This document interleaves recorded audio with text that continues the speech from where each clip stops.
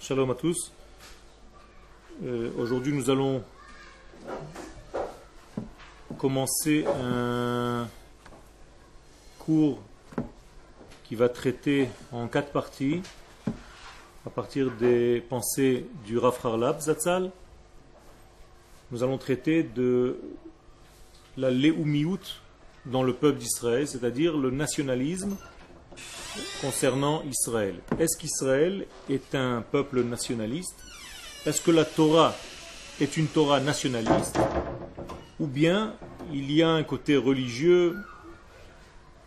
D'un autre côté, il y a le côté nationaliste et il y a le côté universaliste. Donc il y a ici tout un programme, savoir comment se placer dans notre Torah, comment Akadosh Baruch Hu a vu les choses. Dans le Perek Aleph de ce cours, le Rav va traiter de l'unité d'Israël, donc Achdutam Shel Israël, et nous allons développer Be'ezrat Hashem ce thème par rapport à l'unité du peuple d'Israël. Ha'it'orerut ha'leumit bepnimiut pnimiuta hi sod merom achdutam shel Israël. Le Rav nous place directement face à la définition exacte du peuple d'Israël et il dit que le réveil nationaliste, dans le degré le plus profond, du plus profond, c'est en réalité le degré ultime, supérieur, le plus élevé de l'unité d'Israël. Autrement dit, le Rav est en train de nous dire ici que l'unité d'Israël se révèle à travers son réveil au nationalisme. Vehi ha'achshara hayoter mamashit el ha'habata ha'elohit be'aspaklaria ha'meira vayichan sham Israël neged ahar. Il dit le Rav, c'est la préparation la plus réelle pour arriver à la vision divine la plus claire qui soit, comme celle de Moshe Rabbeinu, c'est-à-dire sans équivoque, sans aucun doute, une vision divine, supérieure, objective, car elle vient du haut vers le bas, en prophétie, en d'autres termes. Vaïchan Sham Israël neged ahar, il donne le verset que le peuple d'Israël a campé face contre la montagne du mont Sinaï, où Moshe alla el Elohim, et Moshe est monté vers Dieu. Kol makom sheneemar vayachanu vaisau nosim bemachloket vechonim bemachloket. Donc à chaque endroit où la Torah parle au pluriel, ils ont campé, ils ont voyagé, concernant Israël, les sages nous expliquent que le fait que ce soit au pluriel vient nous indiquer qu'ils voyageaient avec des différenciations entre eux, une machloket, des disputes, des querelles, un manque d'entente, un manque de cohérence entre eux, vechonim bemachloket, et ainsi ils campaient. C'est-à-dire que le peuple d'Israël n'était jamais dans l'unité. Et c'est pour ça que la Torah parle au pluriel. Aval kan, mais ici, au moment du don de la Torah, au mont Sinaï, où shvu lev echad, le texte parle au singulier, vaïchan sham Israël neged ahar, pour nous indiquer l'inverse. C'est-à-dire que Israël est arrivé enfin à un seul cœur, à une seule unité, comme un seul homme, dans ce degré, la chen ne'emar vaïchan, et c'est pour ça que le texte parle au singulier, vaïchan, il a campé, mechilta, parashat Yitro, tout ça vient de ce midrash, mechilta, dans la parashat de Yitro. Résumé de ce qu'on vient de dire, le réveil nationaliste c'est en réalité l'unité d'Israël. Autrement dit, lorsqu'Israël est uni, c'est parce qu'il est arrivé à dévoiler son côté national. Et non pas seulement son côté religieux. Ça veut dire que Israël peut se déplacer dans le désert, dans un mouvement continuel, mais toujours dans une querelle, sans unité. Mais à partir du moment où quelque chose de plus profond va apparaître, il est obligatoire que le peuple soit dans l'unité. Pourquoi ? Parce que ce plus profond qui est en train d'apparaître, qui est en train de descendre sur Israël, n'est pas seulement un message religieux de Dieu, mais il a quelque chose de plus. Il y a ici un message qui s'adresse à la nation tout entière. Donc on est obligé d'introduire la notion nouvelle qui s'appelle nation, Ouma, Leumiout. Et donc, dit le Rav, c'est parce que Dieu descend vers nous avec cette nouvelle donnée, ce nouveau degré qui s'appelle le nationalisme du peuple d'Israël. Il ne nous considère pas comme un ensemble d'individus, mais comme une nation. Eh bien, à partir de ce moment-là, cette nation va mettre en relief son unité. Ça veut dire unité égale nationalisme. Dès que tu te réveilles dans un mouvement nationaliste, eh bien, tu peux toucher à l'unité. Tant que le côté nationaliste ne s'est pas réveillé, même s'il y a d'autres côtés, eh bien, on n'arrive pas encore à l'unité. Unité égale valeur nationaliste. Pour l'instant, c'est ce que le Rav est en train de nous indiquer. On n'a pas encore compris pourquoi. Mais le Rav est en train de placer son message et il traite l'unité d'Israël par le côté national d'Israël. Ve'omnam ken. Effectivement, dit le Rav, Ha'it'orerut ha'leumit hazot nitgalta bazman ha'ra'uila. Ce réveil nationaliste s'est révélé au moment opportun. C'est-à-dire le moment voulu, le véritable moment, avec une exactitude dans le temps. Eh bien, ce réveil national a été révélé à Israël. Ça veut dire tout simplement que le don de la Torah au mont Sinaï, parce qu'il s'agit de cette référence, ce n'est pas le moment où Dieu a donné la Torah à Israël seulement, mais c'est le moment où le peuple d'Israël a découvert quelque chose de plus. Et cette chose-là, c'est qu'il était une nation. C'est que le peuple d'Israël est une nation, que la Torah a été donnée à une nation et que la Torah a une valeur nationaliste. Ça, c'est un chidouche. Ça, c'est une nouveauté dans la bouche de Rav Harlap. Huazman she'aneshama israélite. Et maintenant, il explique pourquoi le fait que Dieu descende vers notre monde pour nous donner la Torah, quel rapport avec un côté nationaliste? Il s'agit là du don de la Torah, donc c'est un côté religieux. Je ne comprends pas pourquoi le Rav est en train d'introduire une notion qui apparemment est étrangère. La Torah qui descend dans le monde, je comprends. C'est une indication religieuse, entre guillemets, d'un Dieu qui veut donner à son peuple la direction de vie. Mais en quoi ça a rapport avec la nation d'Israël? Ça, c'est le chidouche de notre cours. C'est que nous sommes en train de comprendre que la Torah, justement, n'est pas religieuse, que nous ne sommes pas une religion, mais que nous sommes une nation qui applique des lois qui correspondent à la nature de cette nation. Ça veut dire que la Torah, dans son plus profond degré, appartient à la nation d'Israël et pas à des hommes individuels. Les choses se compliquent parce qu'en réalité, je peux dire, en extrapolant, que si un homme se détachait de sa nation d'Israël, même s'il appliquait la Torah et les mitzvot, eh bien ça n'a pas la même valeur.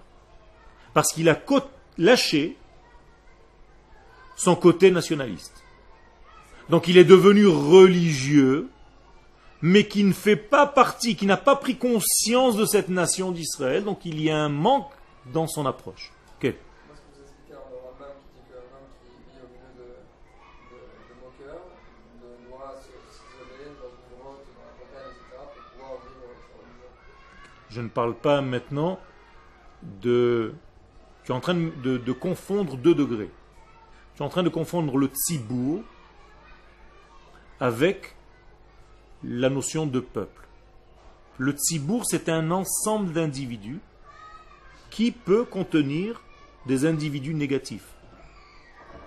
Là, il s'agit d'un degré beaucoup plus élevé. On est en train de parler du peuple. Le peuple, c'est une notion au niveau de l'âme. C'est-à-dire, c'est une notion divine qui a été créée par Akadosh Baruch Hu.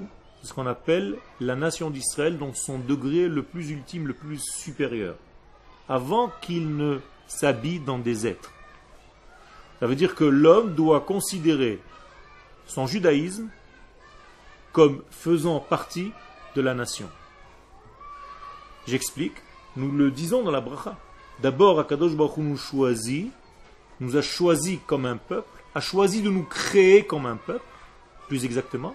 Asher bachar banu mikol ha'amim, et seulement grâce à ça, venatan lanu et haTorah, et Torato.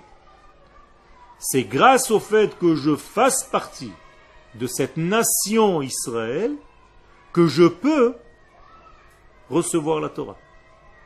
C'est pas la Torah qui m'a rendu Israël, c'est Israël que je suis qui me permet de recevoir la Torah. Vous avez compris? Ça veut dire je suis d'abord Israël avant de recevoir la Torah. Je ne suis pas devenu Israël quand j'ai reçu la Torah. Dieu m'a déjà prévu Israël pour me donner cette Torah. Donc, Asher Bachar Banu, dans l'ordre, il nous a déjà choisi, Mikol Ha'amim.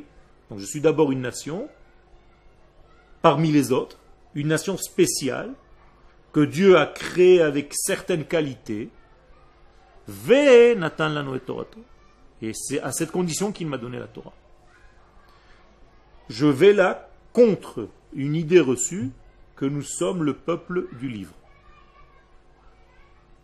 D'après ce que je viens de dire, nous ne sommes pas le peuple du livre. Mais le livre, c'est le livre du peuple. C'est pas pareil. Si j'étais le peuple du livre, ça veut dire que la Torah existe avant le peuple. C'est vrai? Non.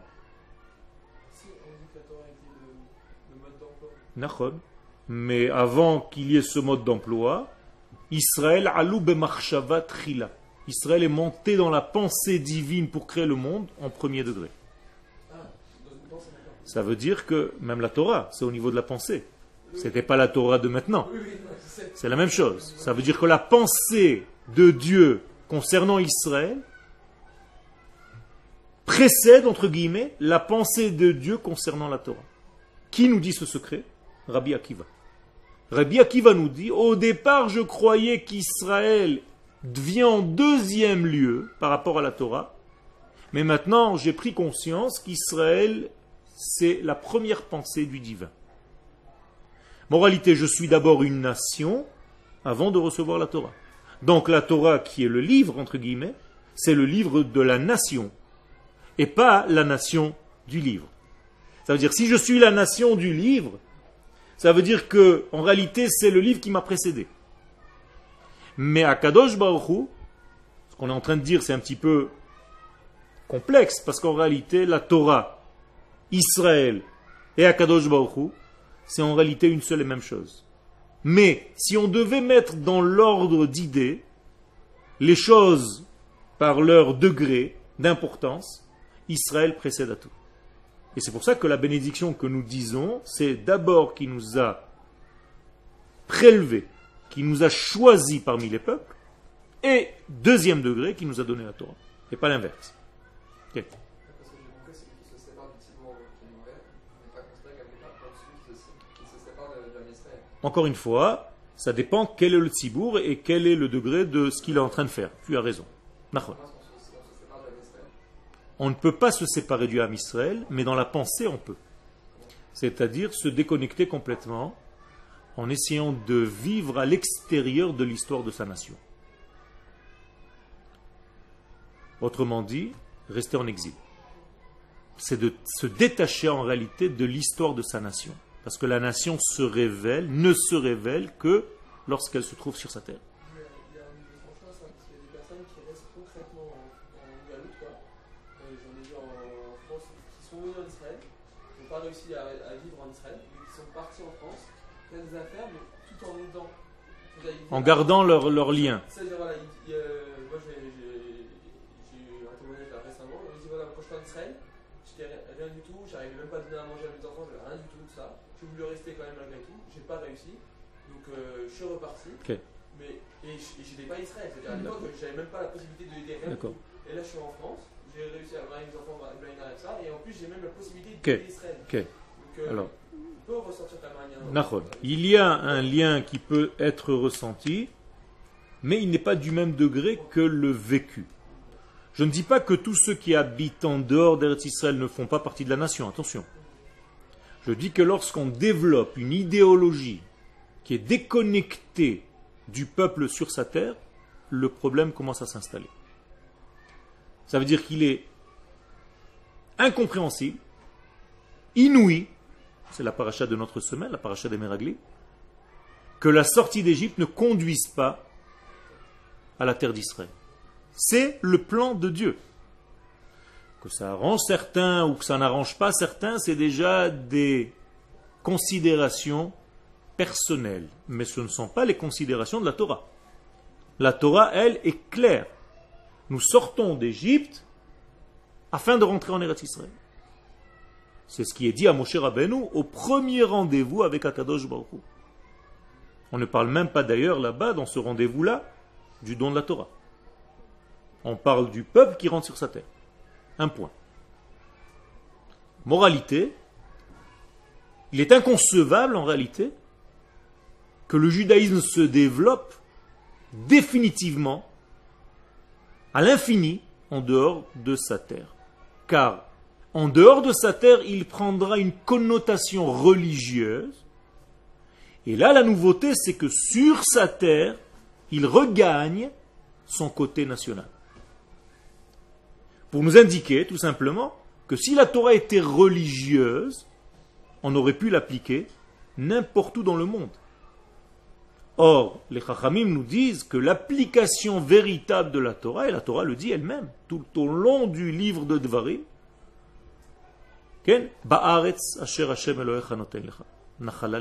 sur la terre que je te donne afin de conquérir et d'habiter. Donc la Torah n'est pas religieuse, elle devient en réalité nationaliste, et parce qu'elle est nationaliste, elle peut être appliquée avec ses valeurs religieuses, entre guillemets. Même si je n'aime pas ce terme. Donc je reviens à ce que le Rav est en train de dire. Ce réveil national d'Israël s'est révélé à un moment donné avec une exactitude exemplaire.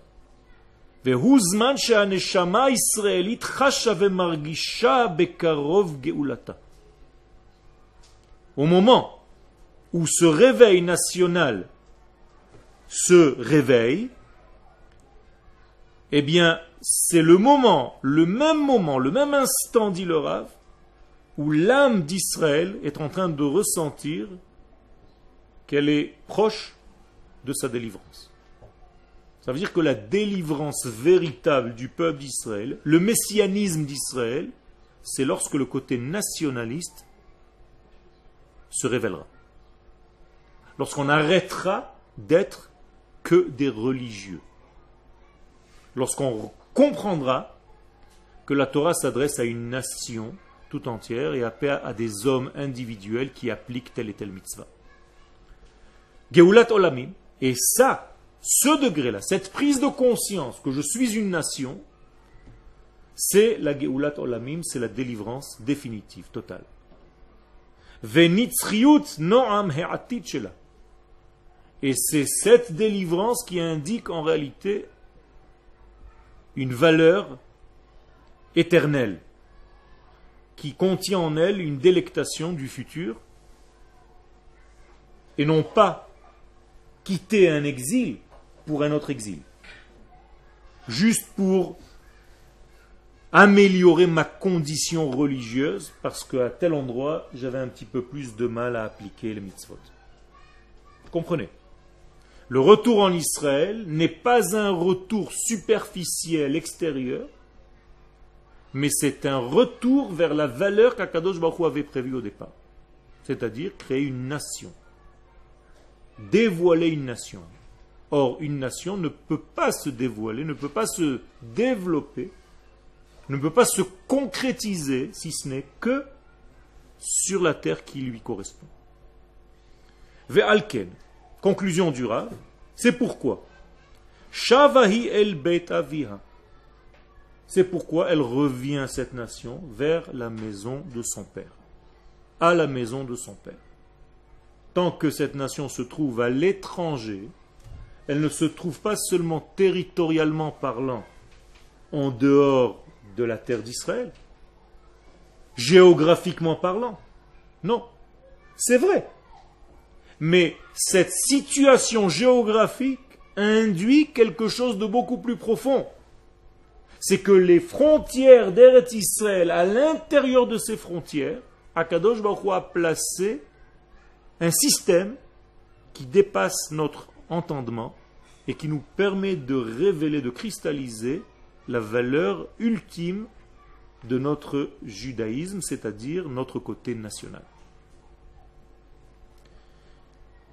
Et il cite un verset qui vient de Oshéa, au chapitre 3, verset 5. Achar yashuvu bnei Israël. Une fois cette errance dans le désert des nations, Israël reviendront, ve bikshu et Hashem Elohehem, et ils demanderont le lien entre l'Éternel et leur nature. C'est pour ça qu'il y a ici deux noms. C'est pas qu'ils demanderont Dieu. Ils demanderont Hashem Elohim. C'est-à-dire le tétragramme, Yudke Vavke, et le deuxième nom, Elohim, qui correspond à la nature. Qu'est-ce que ça veut dire? Qu'en exil, il est impossible d'avoir les deux noms dans une seule et même unité. C'est-à-dire qu'en exil, tu peux avoir le tétragramme. Mais ce tétragramme n'est pas encore le Dieu qui s'habille dans la nature. Comme si Dieu ne descendait pas dans ce monde lorsque tu te trouves à l'extérieur d'Israël.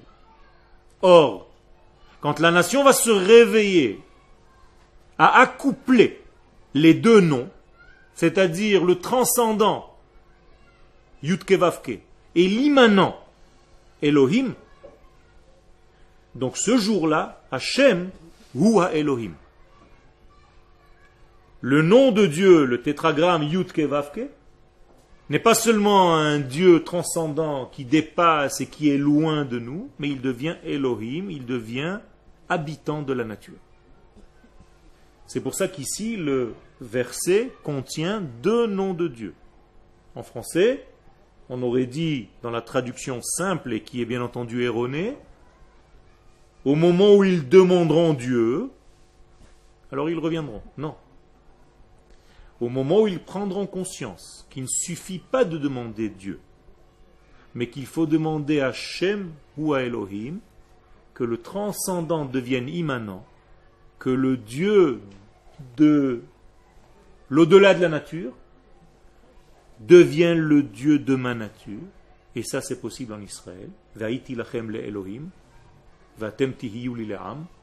C'est seulement ici que je suis Dieu de la nature, Elohim, et que vous, vous devenez mon peuple. À l'extérieur, je suis un Dieu séparé, déconnecté du monde de la nature. Donc vous me touchez seulement par une petite étude ou une grande étude, mais vous n'arriverez pas à me vivre. Je ne suis pas encore sur terre. Est-ce que vous comprenez la nuance? Ça veut dire qu'en dehors d'Eretz Israël, l'approche divine est une approche religieuse, intellectuelle. En mais pas entière. Elle n'est pas encore descendue dans le corps. En Eretz Israël, l'approche de Dieu reste ce côté étude, bien entendu, mais il gagne en plus de cela un deuxième côté qui est en réalité une manifestation dans la nature, dans la vie réelle, et donc Hachem devient Elohim. Donc, je reprends le verset que le Rav est en train de citer de Hoshea. Une fois cette errance dans le désert de l'exil, les enfants d'Israël vont demander l'accouplement de Hachem et de Elohim. Donc, Ubikshu et Adonai Elohehem, ve'et David Malkam. Ça va de soi que cette recherche va avec la demande d'un roi. Ce roi, donc, introduit une nouvelle notion, c'est-à-dire que Israël n'est plus une religion seulement, elle devient une royauté. Et donc une royauté sur notre terre. Car un roi d'Israël qui n'est pas souverain sur sa terre n'est pas un royaume. Ve'et David Malkam, c'est ce qu'on appelle David Amelech. Bien entendu, référence au messianisme, au Mashiach, ben David, qui est avant tout un roi, et non pas un rabbin. Le Mashiach est un roi, Melech HaMashiach. Ve'pachadu el Hashem ve'el tuvo be'acharit hayamim. Et c'est cette crainte qui va se réveiller envers Akadosh Baruch Hu et envers le bien qu'il doit propager dans ce monde à la fin des temps. Je résume le verset du prophète. Au moment où Israël se réveillera à la demande d'Hachem Elohim, va se réveiller en eux le désir du royaume d'Israël, de la Malchut. Et c'est à ce moment-là qu'on pourra toucher à ce qu'on appelle la fin des temps.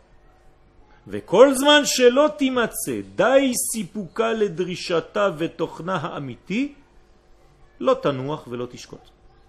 Et tout le temps que cette nation d'Israël ne trouvera pas les éléments qu'on vient de dire maintenant, c'est-à-dire ni l'accouplement de Hachem Yud-Kevavke avec Elohim, donc le Dieu transcendant et le Dieu immanent qui est le même, tant que le peuple d'Israël ne demandera pas une royauté, mais qui restera seulement une religion, eh bien il n'y aura pas de repos à ce peuple, car ce peuple en réalité vivra en décalage par rapport à sa véritable direction.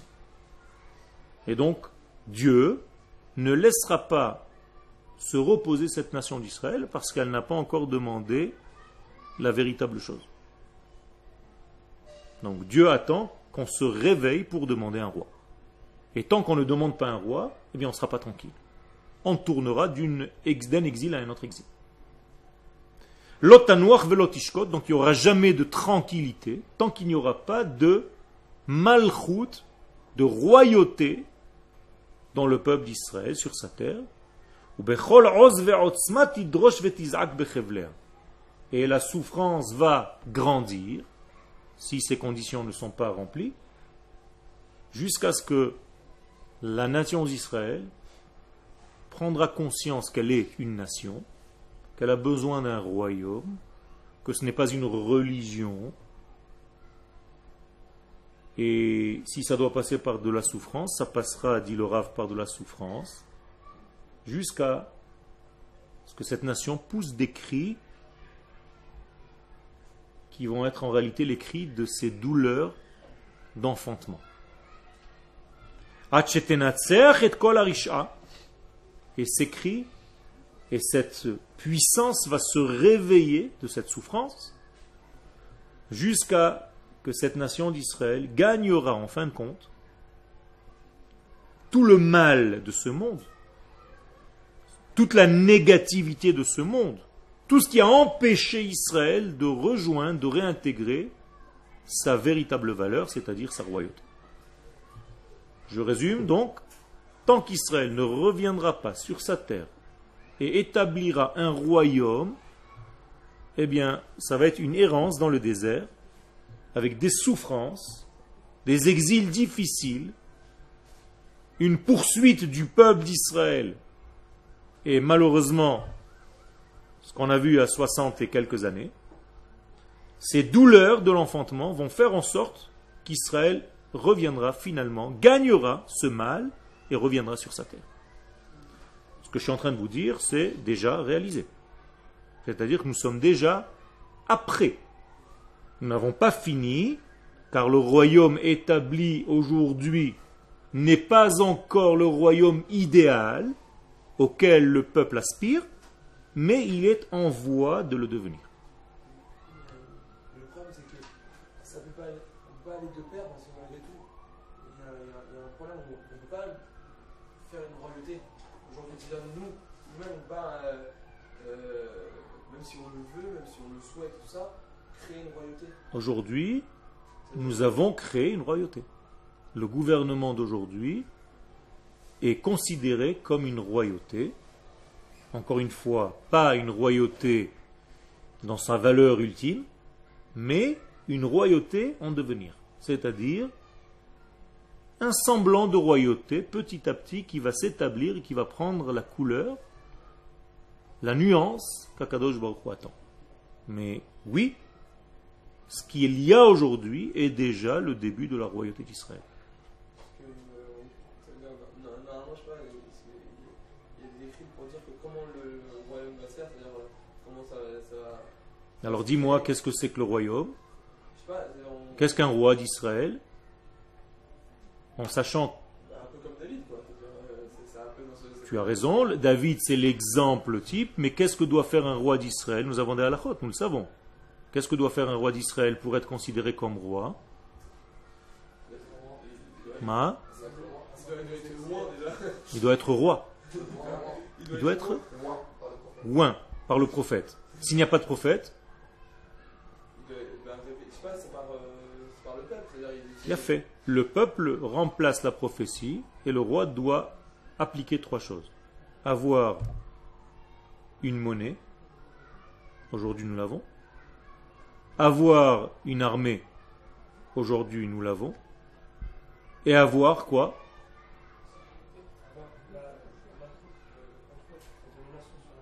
La domination sur la terre, Baruch Hashem, nous l'avons. Encore une fois, ce n'est pas total, mais nous sommes déjà dans ce degré-là. Et encore un degré. Genre d'une personne concrète, c'est déjà ça le problème. Une personne concrète, je parle d'une personne concrète. Je parle de Binyamin Netanyahu. Je parle d'une personne concrète. Mais le problème, c'est qu'il n'a pas le... Il a le statut du roi par rapport à ce que la Torah indique. Oui, vis-à-vis du peuple, c'est-à-dire nous aujourd'hui, on doit respecter comme si on avait un roi. C'est sûr. Mais, encore une fois, ce n'est pas encore l'idéal. D'accord. Justement, je vous le pose. Je pose la question, quel est le troisième degré? Donc la monnaie, donc l'infrastructure donc, économique, infrastructure militaire. Ce que je viens de dire, ça fait partie de cette politique. Okay? Et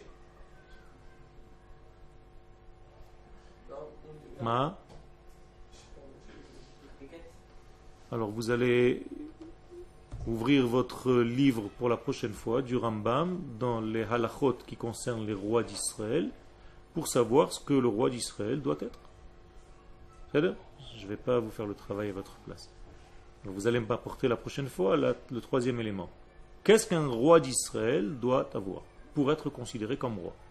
Encore une fois, je répète, aujourd'hui, nous sommes dans la direction de cette royauté, bien qu'elle ne soit pas la royauté idéale que nous attendons. Mais la royauté d'Israël ne se fait pas en un seul jour. Achot lanu ketana veshadaim en la. Nous avons une petite sœur, la royauté d'Israël s'appelle une petite sœur, qui évolue. Au départ, elle est une petite fille, et un jour elle deviendra une femme. Et il faut l'accompagner dans son évolution. Quel? Quand il n'y a pas de prophétie, Am Israël, tout entier, c'est le prophète. La source est dans tous nos écrits, dans le Tanakh lui-même, et même dans des moments où le prophète n'est pas là, le peuple d'Israël prend la place de la prophétie. Am Israël devient prophète, même s'il n'y a pas un homme prophète. Slicha? Il y a des exemples dans la Torah. Dans le Tanakh, il y avait encore la période des prophètes, mais lorsque les prophètes disparaissent, okay, eh bien le peuple remplace en réalité la force du prophète. Okay, au moment où les prophètes s'arrêtent, jusqu'au moment où la prophétie reviendra. Donc le peuple d'Israël, encore une fois, ce n'est pas encore une fois l'idéal. Il faut attendre un prophète. Mais en attendant que le prophète revienne, ce que le peuple d'Israël fait, ça a valeur de prophétie. En attendant le retour de la prophétie. Okay.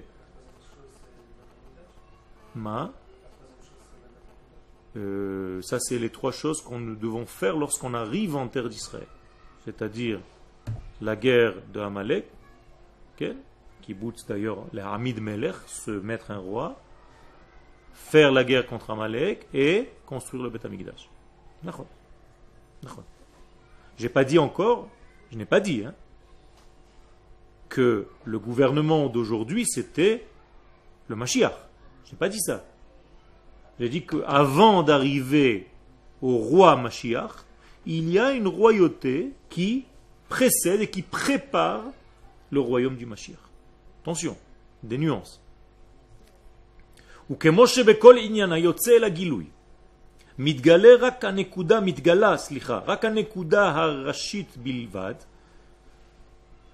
de la même manière que tout ce qui est en train de sortir à un niveau de dévoilement, au départ, ne dévoile de lui que la partie première, la partie naissante,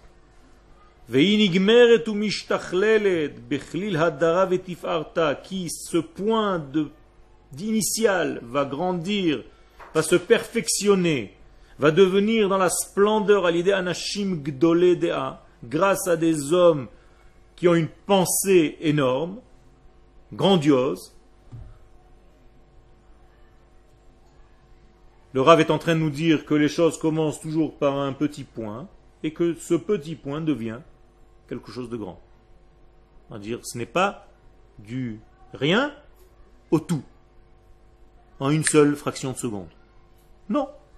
La royauté d'Israël, c'est une royauté qui pousse, qui au départ ressemble à une graine, qui cette graine va se développer et va devenir une plante. Et si tu ne sais pas accompagner cette évolution, et tu crois que le messianisme c'est une date, mais tu vas te tromper, parce qu'en réalité, tu vas tomber dans une déprime, parce que le messianisme d'Israël n'est pas une date, mais un processus. Donc si tu ne sais pas voir le processus, tu t'attendras toujours à une date qui n'arrive pas.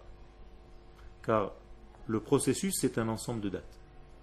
Et chaque jour, il y a une évolution de ce même degré. C'est-à-dire qu'aujourd'hui, nous sommes déjà dans la période messianique qui a déjà commencé, et nous sommes dans l'évolution de ce messianisme. Et si toi, tu attends un messianisme comme s'il n'était pas encore arrivé, comme s'il n'était pas encore commencé, tu risques d'être déçu. Vous avez compris?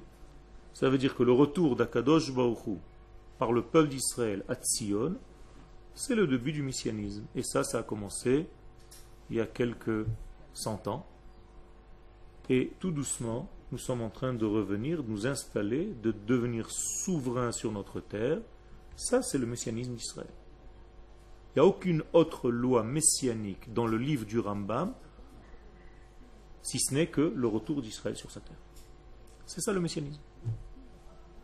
Un seul verset, le Rambam apporte pour corroborer ces dires. Et ce verset, c'est si tu es au fin fond des cieux, je te ramènerai sur la terre. Voilà le messianisme selon le Rambam. Un point à la ligne. Aujourd'hui, nous sommes donc, d'après le Rambam, inscrits dans cette évolution des choses. Donc nous sommes déjà en plein messianisme. Je n'ai pas dit que le messianisme est terminé, je répète, pour que ce soit bien clair, C'est un processus qui évolue au fur et à mesure des années qui passent. Mais nous devons avoir les yeux qui voient ce processus et ne pas être aveugles en disant que le processus n'a même pas commencé. Dit le Rav, car gam baleumiyut. La même chose au niveau de la nation d'Israël.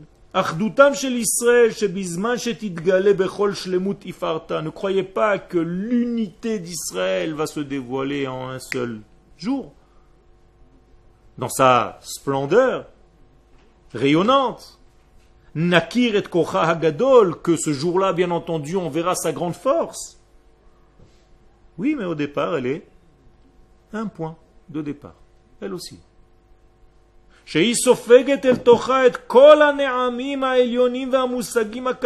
Parce que cette nation d'Israël, c'est une structure qui contient en elle, qui aspire vers elle, toutes les délectations supérieures, toutes les valeurs les plus grandes,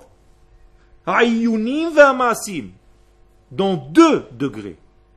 Dans un degré virtuel, plus exactement dans un degré de pensée, mais aussi dans un degré actif, réel.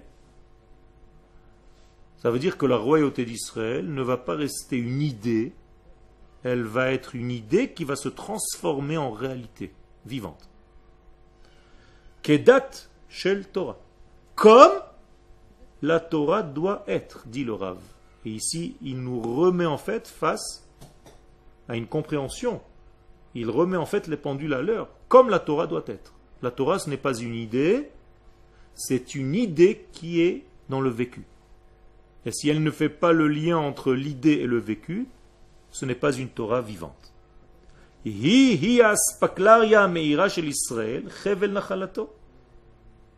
donc c'est dans cet ordre de développement que va apparaître la grande lumière d'Israël, Chevel Nachalato, qui est en réalité la suite, comme une corde, comme un lien, comme un fil conducteur pour arriver à sa Nachala, à son héritage, c'est-à-dire à sa terre. Nidgalta rak bereshit nekudata. Et au départ, nous précise le Rav, ça ne va pas apparaître totalement comme je viens de l'indiquer avec cette splendeur réelle, vécue, visible. Non.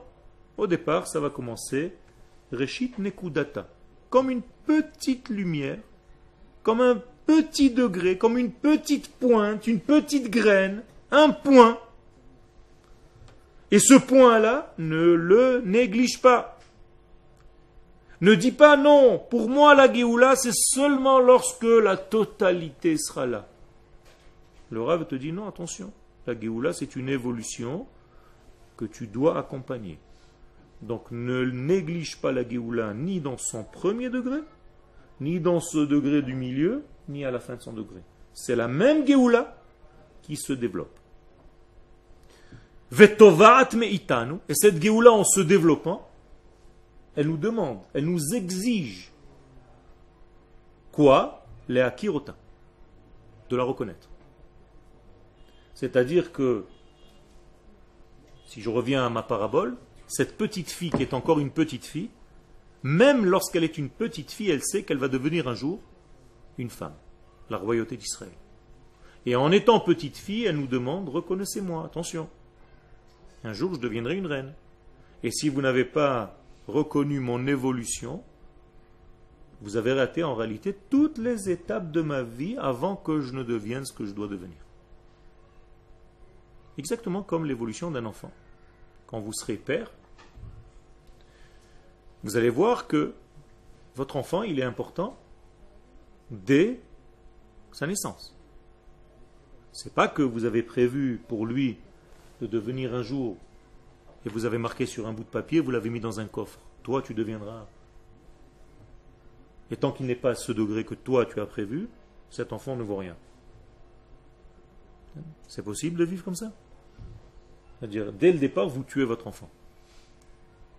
Alors, permettez à votre enfant de grandir, accompagnez-le dans son évolution,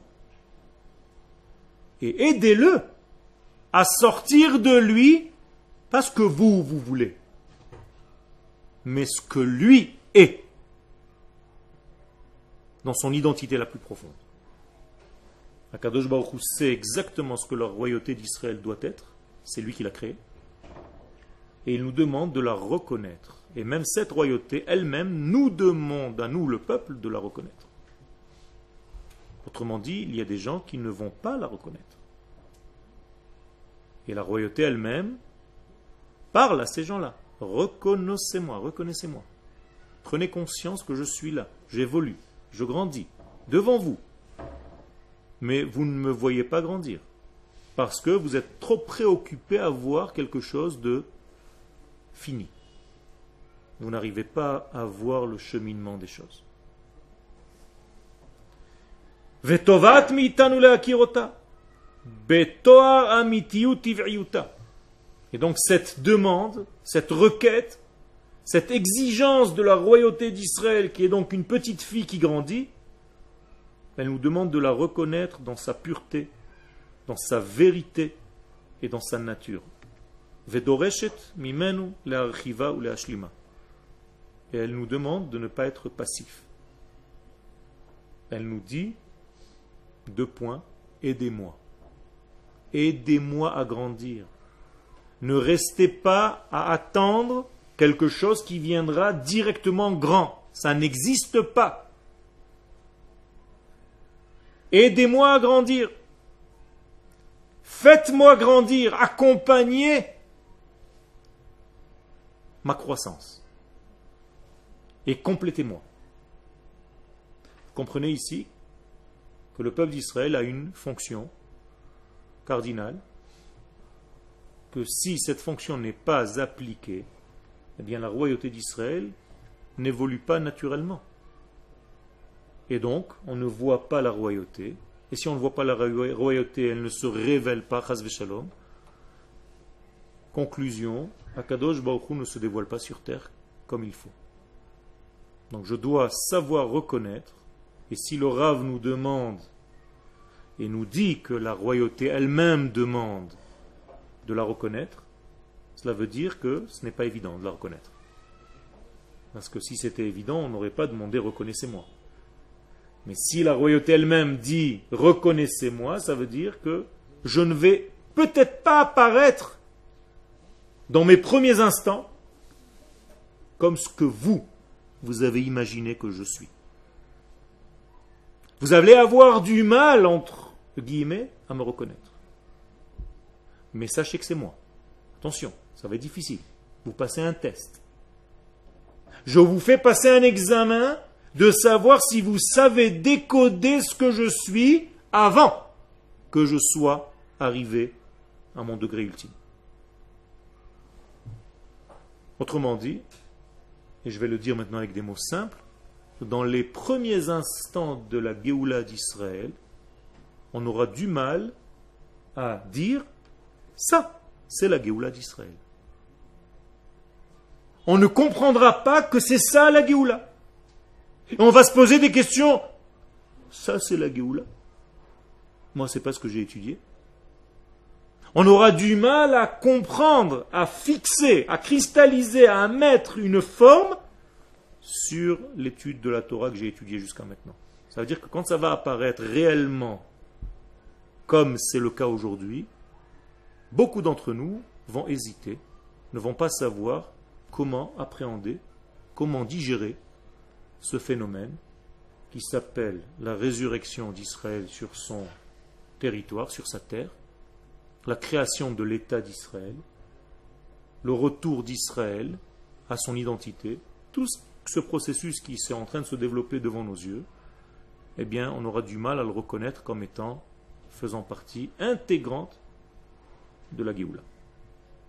On va émettre des doutes, on va même rejeter peut-être ce processus. En tout cas, ce ne sera pas clair. Tout comme Moshe Rabbeinu lorsqu'il est arrivé au premier rendez-vous devant le peuple d'Israël. Les sages d'Israël de cette époque n'ont pas reconnu Moshe. Moshe ressemble à un Égyptien. Moshe n'a pas la barbe des enfants d'Israël, des rabbinim d'Israël de cette époque. Il n'a pas du tout l'allure de ce que les sages attendaient du Mashiach de cette époque. Vous êtes d'accord? Et quand Moshe est arrivé là-bas, on lui a dit: tu es bien gentil, mais d'où tu sors toi? C'est pas un type comme ça qu'on attendait. Et d'ailleurs Moshe dit à Kadosh Baruch Hu: Ve'em lo ya'aminu li. Ils ne comprendront pas, ils ne croiront pas en moi. Ve'lo yishmeu bekoli. Ils ne vont même pas écouter ce que je vais leur dire. Et Akadosh Baruch Hu le rassure en lui disant: vas-y, c'est le premier degré et c'est dans un état d'évolution. Les autres, Khalila lanu leakhotota. Et maintenant la conclusion du Rav, et nous aussi nous allons conclure. Khalila oiva avol, malheur, chas veshalom, que Dieu nous préserve, leakhotota, de la noircir, c'est-à-dire de la rendre vilaine, de la dédaigner, de se moquer du jour de l'indépendance de cette nation sur sa terre.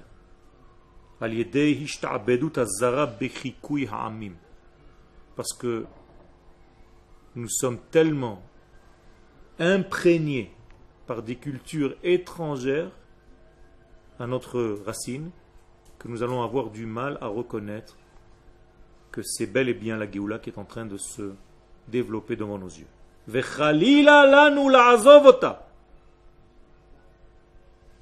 Et gare à nous, si on laisse ce degré de Géoula, ce degré de Malchut, ce degré de royauté d'Israël, al nekudata betsurata hanochechit, de la laisser comme un point que nous ne sommes pas en mesure de développer, que nous ne voulons pas développer. C'est-à-dire, moi je ne touche pas tout ce qui est en train de se passer aujourd'hui, laisse-moi tranquille, je ne veux pas toucher. Donc je le laisse dans un point sans aider à grandir. Autrement dit, lorsqu'Akadosh Baruch Hu viendra à la fin des temps faire le compte de ceux qui ont aidé à développer ce point pour le rendre une belle femme, qui s'appelle la Géoula de Am Israël, le messianisme, eh bien il va trouver ceux qui ont cru en cette royauté, même quand elle était encore dans son degré de point initial. Non pas seulement ils ont cru, mais ils ont aidé à son développement. Havanarchivena. Et le Rav nous invite et il nous dit: participez avec moi, faisons tous le travail ensemble de l'élargir, de la faire grandir, de lui donner sa véritable forme. Ne la laissons pas comme un point, comme une idée qui n'est pas développée. Havanegadelena, faisons-la devenir grande. Je pense qu'il y a ici un message extraordinaire que le Rav nous donne en nous disant d'abord comment les choses vont apparaître à la fin des temps, et nous sommes en train de les vivre, et surtout il nous pousse à ne pas rester inactifs, passifs face à notre Géoula, mais bien au contraire, il nous invite à devenir ceux qui accélèrent le processus, qui font grandir la royauté d'Israël et qui la développent. À nous de choisir le camp dans lequel nous voulons être. Ceux qui restent à distance et qui voient ce point sans l'aider à grandir, et ceux qui mettent la main à la pâte pour faire de ce point tout le royaume d'Israël prévu par Akadosh Baruch Hu. Toda Rabba.